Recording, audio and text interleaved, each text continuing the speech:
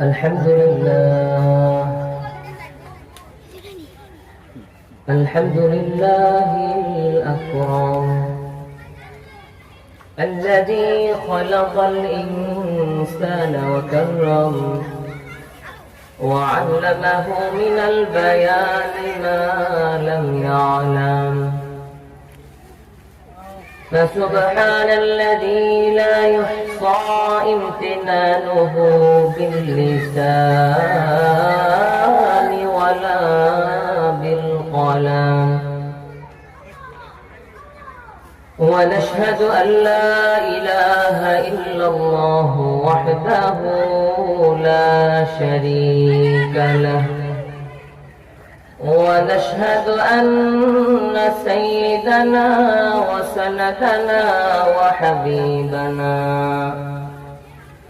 وحبيب ربنا وطبيب قلوبنا ومولانا محمدا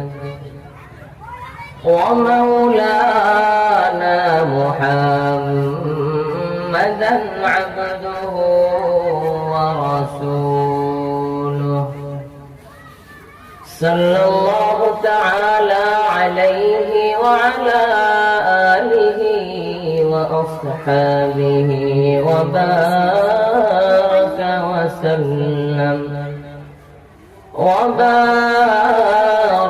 وسلم تسليما كثيرا أما بعد فأعوذ بالله من الشيطان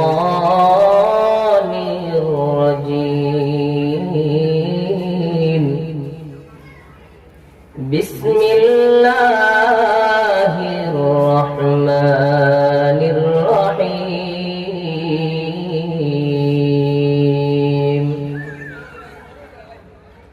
قل إن كنتم تحبون الله فاتبعوني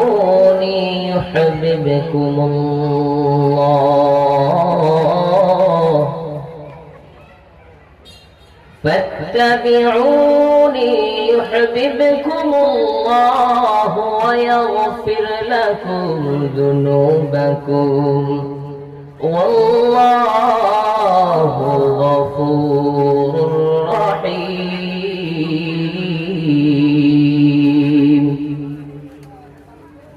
وقال رسول الله صلى الله عليه وسلم من أحبني كان معي في الجنة أو كما قال عليه الصلاة والسلام. صدق الله العظيم وصدق رسوله النبي الكريم ونحن على ذلك لمن الشاهدين والشاكرين والذاكرين والحمد لله رب العالمين.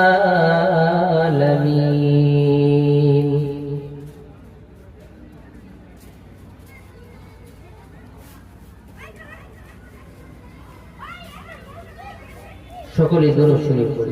اللهم صل على محمد وعلى آل محمد كما صليت على إبراهيم وعلى آل إبراهيم إنك حميد مجيد. اللهم بارك على محمد وعلى آل محمد كما باركت على إبراهيم وعلى آل إبراهيم إنك حميد مجيد. رب زدني علما رب زدني علما رب اشرح لي صدري ويسر لي أمري واحلل عقدة من لساني يفقه قولي سبحانك لا علم لنا إلا ما علمتنا إنك أنت العليم الحكيم توحيدك يا अमानत सीनों में है हमारा आशा नहीं मिटाना नामो नशा हमारा बलगल उला बिकमालिही कशफ الدجى بجماله حسنت جميع خصاله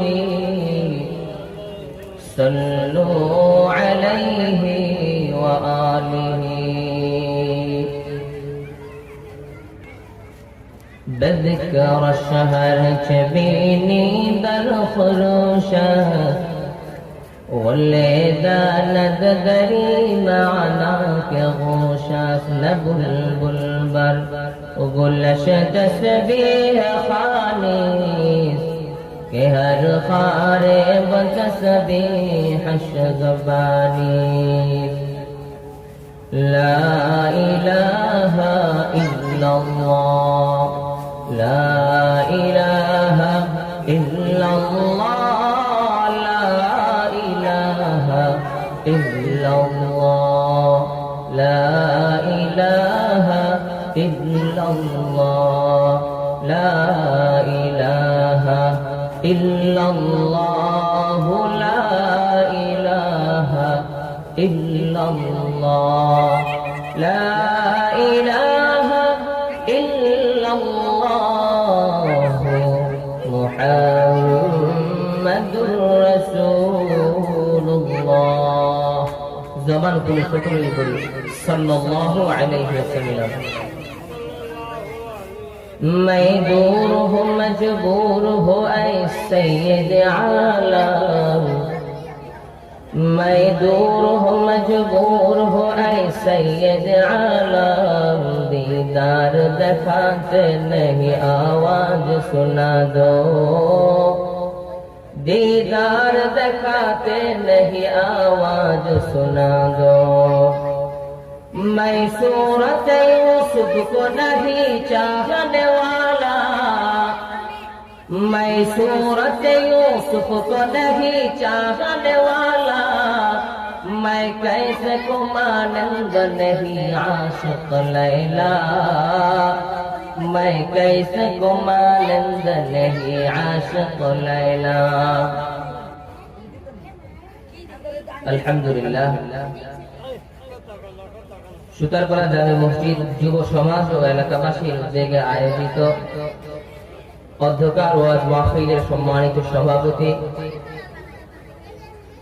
দূর দূরান্ত থেকে আগত আল্লাহ তাআলার আশিকিন জাকিরিন মুহিব্বিন মুরব্বিয়ানে আওয়াম পরিজাত টুকরা যুবক বন্ধুগণ স্নেহের ছোট ভাই পর্দার অন্তরালে সম্মানিত শ্রদ্ধা মা বোনেরা সর্বোপরি শুকর ওই আল্লাহ তাআলার জন্য যে আল্লাহ তাআলা আমাদের দুনিয়াবি সমস্ত ঝাই ঝামেলা থেকে ফারাক করে পছন্দ করে যাচাই বাছাই করে নির্বাচিত করে ভালোবেসে আল্লাহ তাআলা এমন এক মজলিসে আসার বসার এবং কিছু দ্বীনি মুযাফারা করার তৌফিক দান করলেন এই জন্য দয়াময় আল্লাহ তাআলার দরবারে লাখো কোটি শুকরিয়া আদায় করে আলহামদুলিল্লাহ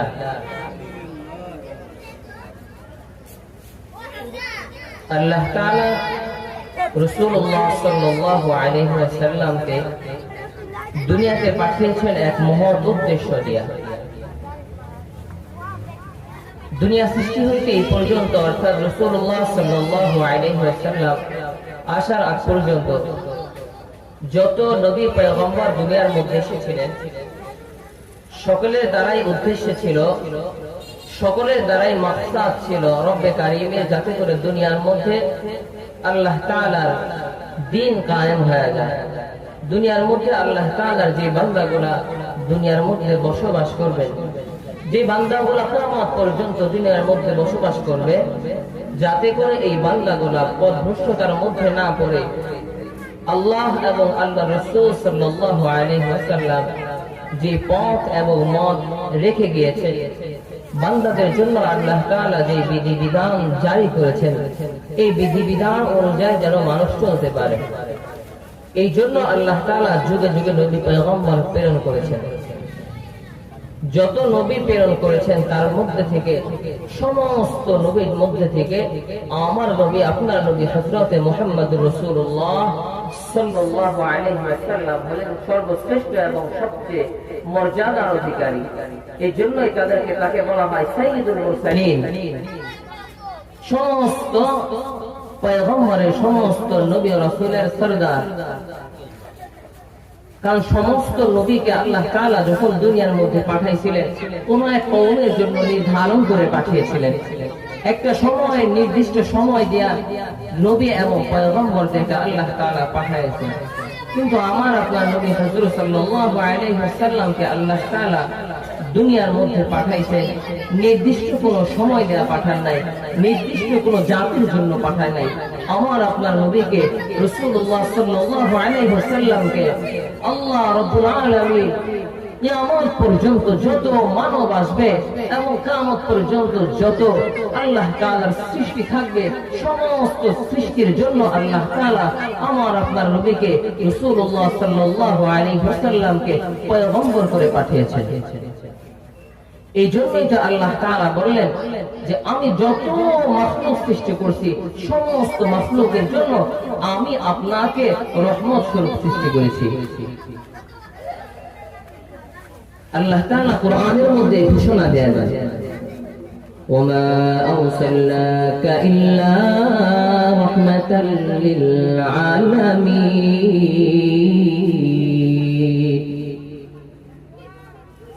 পয়গম্বর আরবীকে দুনিয়ার মধ্যে পাঠানোর আগে, যখন পয়গম্বর আরবী দুনিয়ার মধ্যে আগমন করবেন, তার আগে দুনিয়ার মধ্যে সমস্ত অরাজকতা ভরে যায়, দুনিয়ার মধ্যে জাহিলিয়াত দিয়ে ছড়ায় যায়। আল্লাহ তাআলা ওই সময় পয়গম্বরকে জমিনের মধ্যে আল্লাহ তাআলা প্রেরণ করলেন।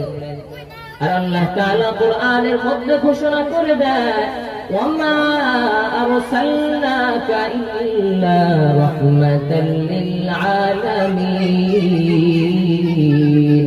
ও পয়গম্বর আরবী, ও মদিনাওয়ালা নবী আমার, আমি আপনাকে শুধু এক কওমের জন্য পাঠাই নাই, শুধু আরবের জন্য পাঠাই নাই, আমি শুধু আপনাকে কুরাইশদের জন্য পাঠাই নাই, আমি শুধু আপনাকে মদিনাওয়ালাদের জন্য পাঠাই নাই, আমি আপনাকে দুনিয়ার মধ্যে পাঠাইলাম মানব দানব যা কিছু আছে, আমি আল্লাহ তাআলা যা কিছু সৃষ্টি করেছি, আমি আল্লাহ তাআলার রুবুবিয়াত যতদূর পর্যন্ত চলবে, আমি আল্লাহ তাআলার রুবুবিয়াত যতদূর পর্যন্ত যাবে, ও পয়গম্বর আপনার নবুয়ত, আপনার রিসালাত ততদূর পর্যন্ত চলবে।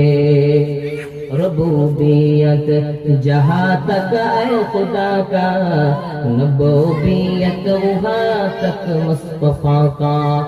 रबूबियत जहाँ तक आए खुदा का, नबूबियत वहाँ तक मुस्तफा का।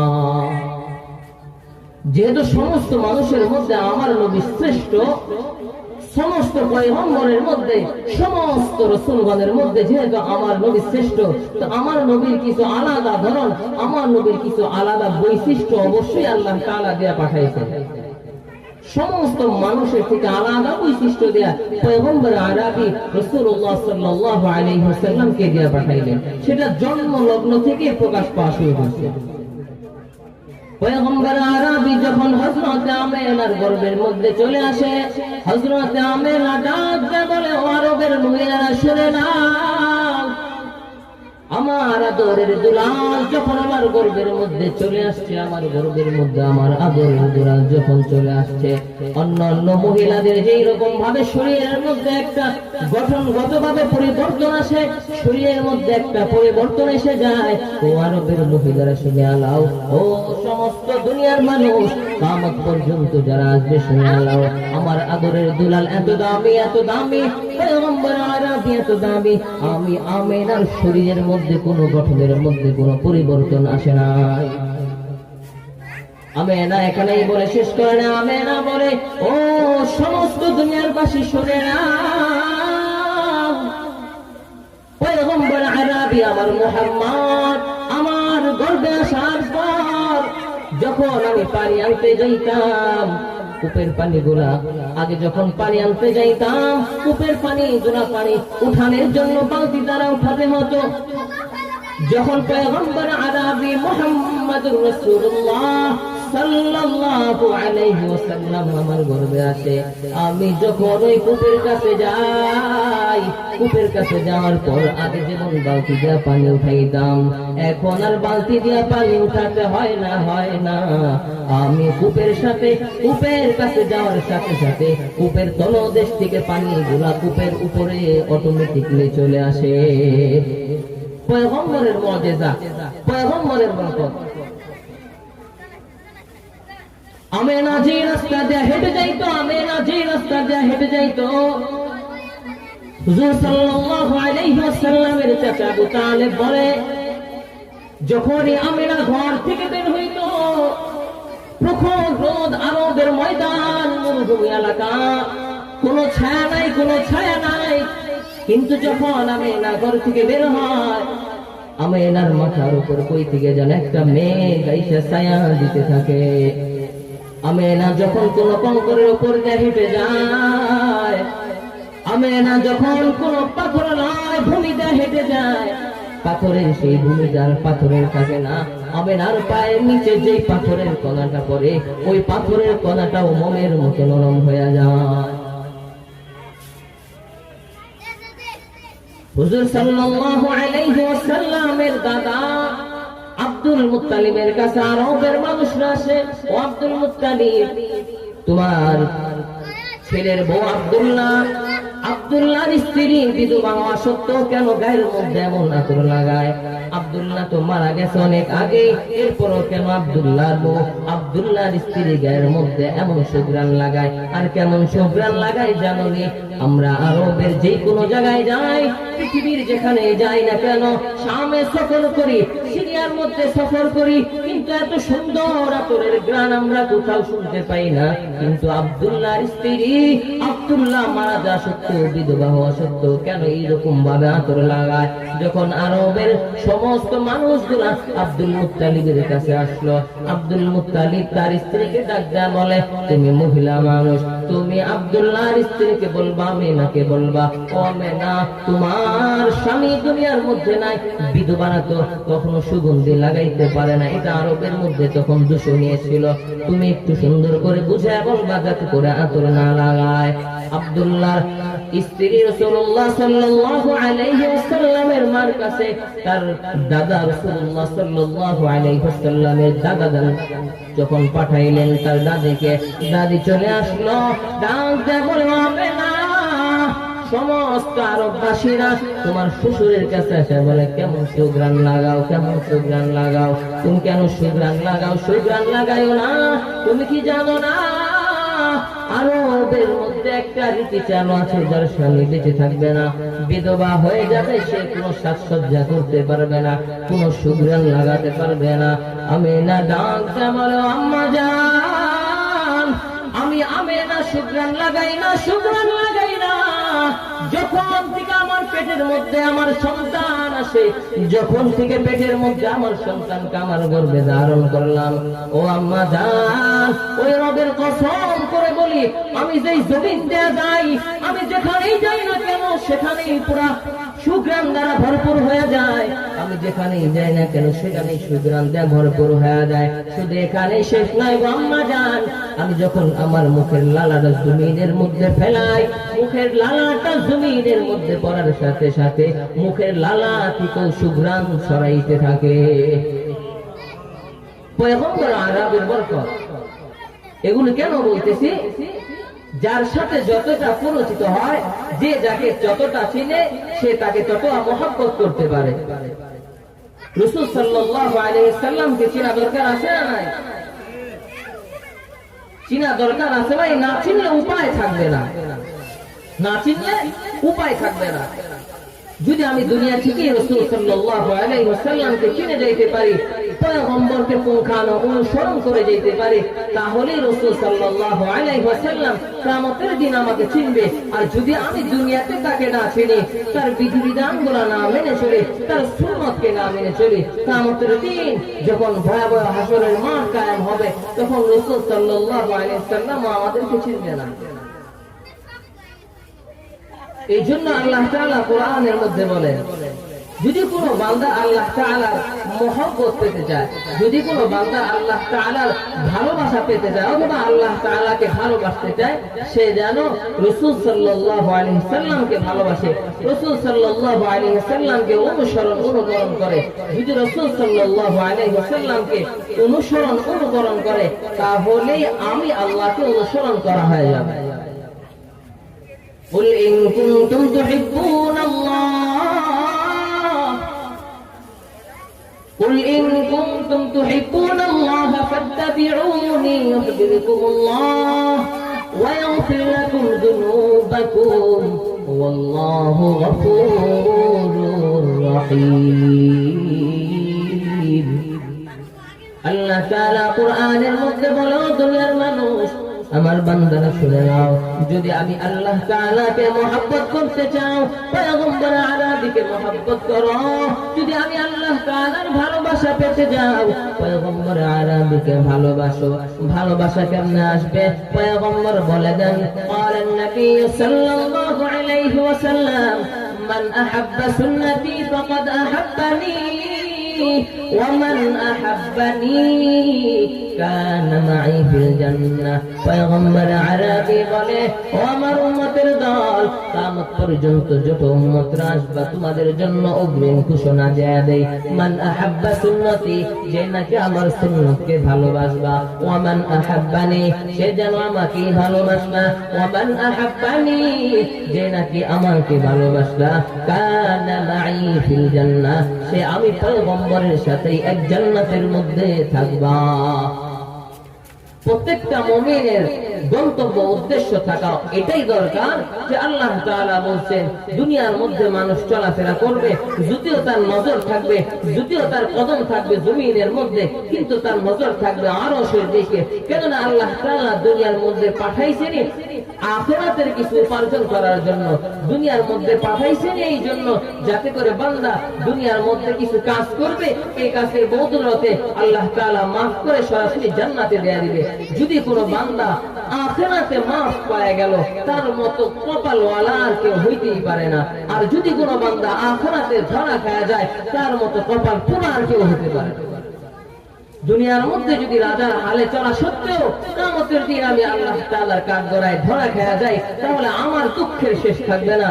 আর দুনিয়ার মধ্যে যদি আমি কোন রকম দিন কাটায় আল্লাহ এবং আল্লাহ রাসূল সাল্লাল্লাহু আলাইহি ওয়াসাল্লামের দেখানো পথ মতো চলতে পারি আর আখিরাতটা সাজায় যাইতে পারি, তাহলে আমার মতো সফল কাম, তোমার মতো সফল কাম কোন ব্যক্তি আর জমিনের মধ্যে থাকবে না। কেননা আল্লাহ তাআলা বলেছে যে সফল কাম কাকে বলে?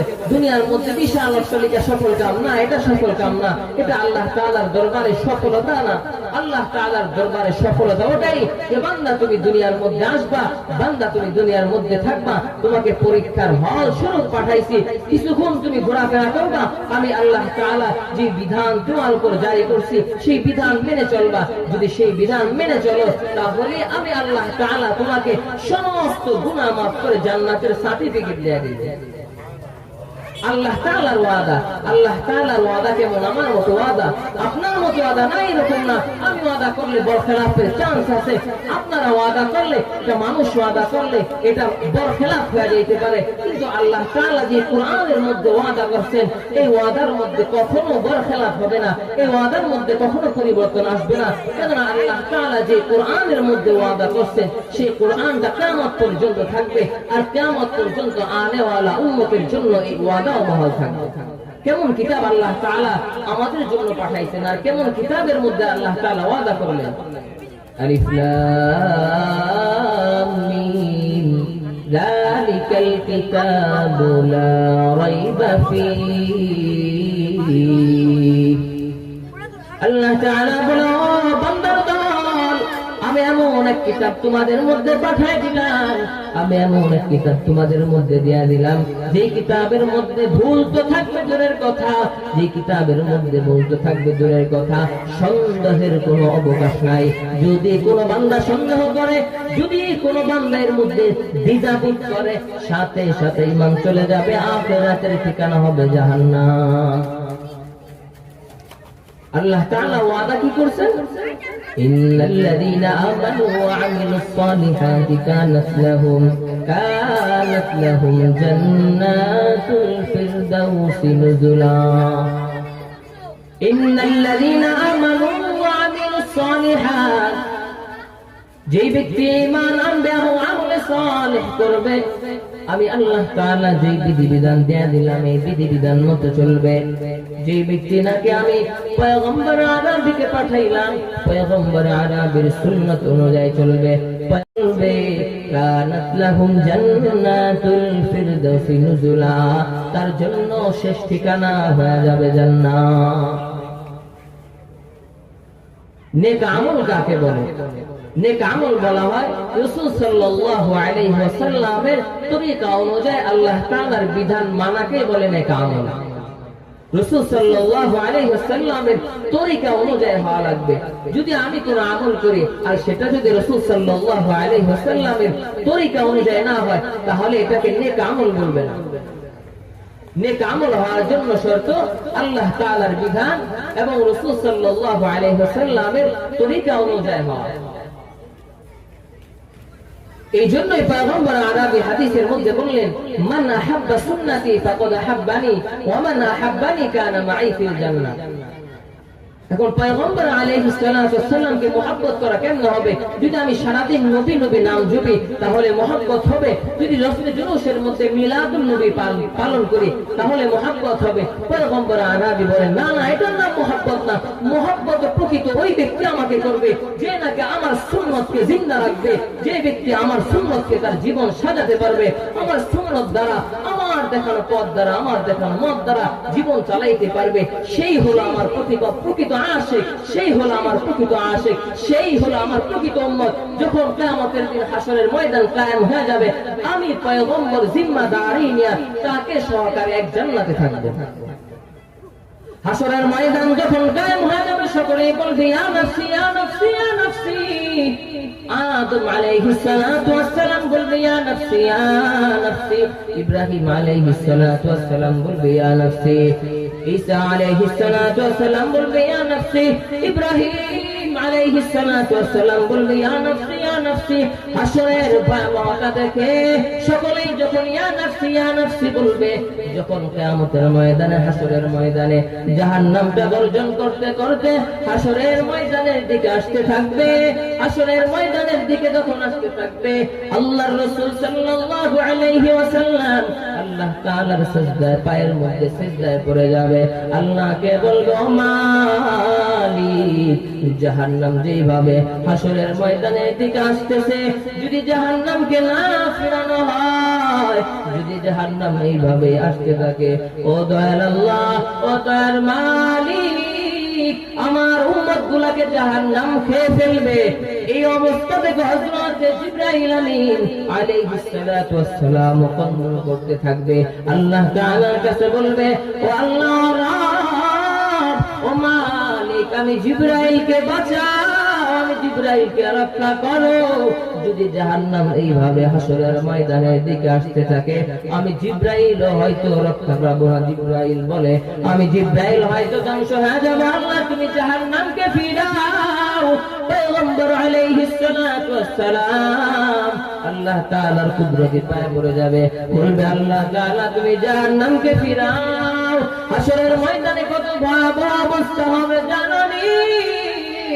পয়গম্বর আরবি হযরত আয়েশাকে বলতেছে, ও আয়েশা জানি হাসরের ময়দানে সকলে উলঙ্গ অবস্থায় উঠবে।